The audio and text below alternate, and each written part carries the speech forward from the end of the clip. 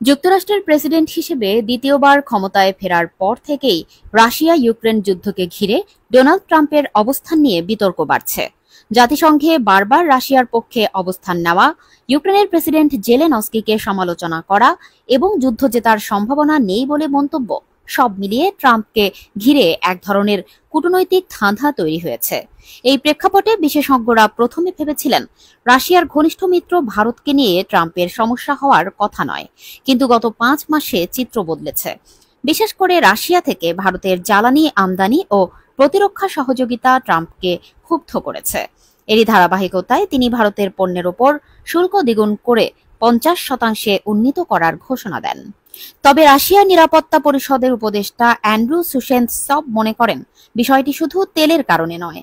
তার ব্যাখ্যা অনুযায়ী ভারত আজ বিশ্বের জনবহুল রাষ্ট্র এবং দ্রুত অর্থনৈতিক শক্তি হিসেবে উঠে আসছে। যুক্তরাষ্ট্র চায় ভারত যেন স্বাধীন পররাষ্ট্রনীতি ত্যাগ করে মার্কিন নেতৃত্ব মেনে চলে, তাই বাণিজ্যকে ঢাল করে চাপ প্রয়োগ করা হচ্ছে।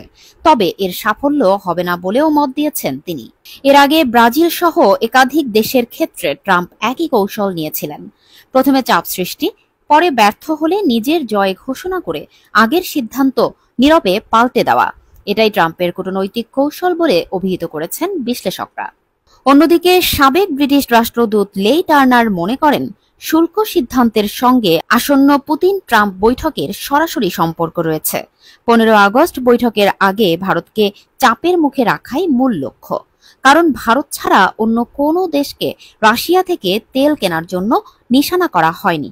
বিশ্লেষকদের মতে ট্রাম্প একদিকে ইউক্রেনকে উপেক্ষা করছেন, অন্যদিকে রাশিয়ার সঙ্গে সমঝোতার পথ খুঁজছেন। এতে ভারতের উপর চাপ প্রয়োগ আসলে এক ধরনের কূটনৈতিক খেলা, যা দীর্ঘমেয়াদে টেকসই হবে না। ভারতের উপর ট্রাম্পের শুল্ক বাড়ানো শুধু রাশিয়া থেকে তেল কেনার জন্য নয়, এর আড়ালে রয়েছে যুক্তরাষ্ট্রের বৃহত্তর ভূ রাজনৈতিক লক্ষ্য, ভারতকে নিজের কৌশলগত নিয়ন্ত্রণে আনা।